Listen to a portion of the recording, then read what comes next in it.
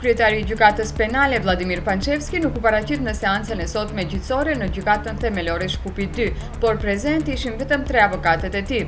Në gjykim nuk ishte prezent as paditësi Goran Stamenkovski, i cili e ka paditur Pançevskin për mobbing.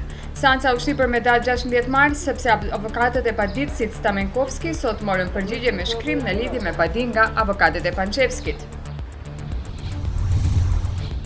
Pronarja dhe administratorja e diritanishme e MPM, Jana Stanislavleva, u tërhoq plotësisht nga kompania.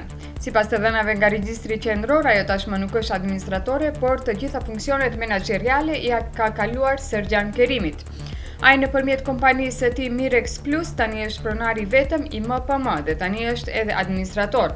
Gazetarët e 3 gazetave të MPM tashmë një javë janë hedhur në grevë.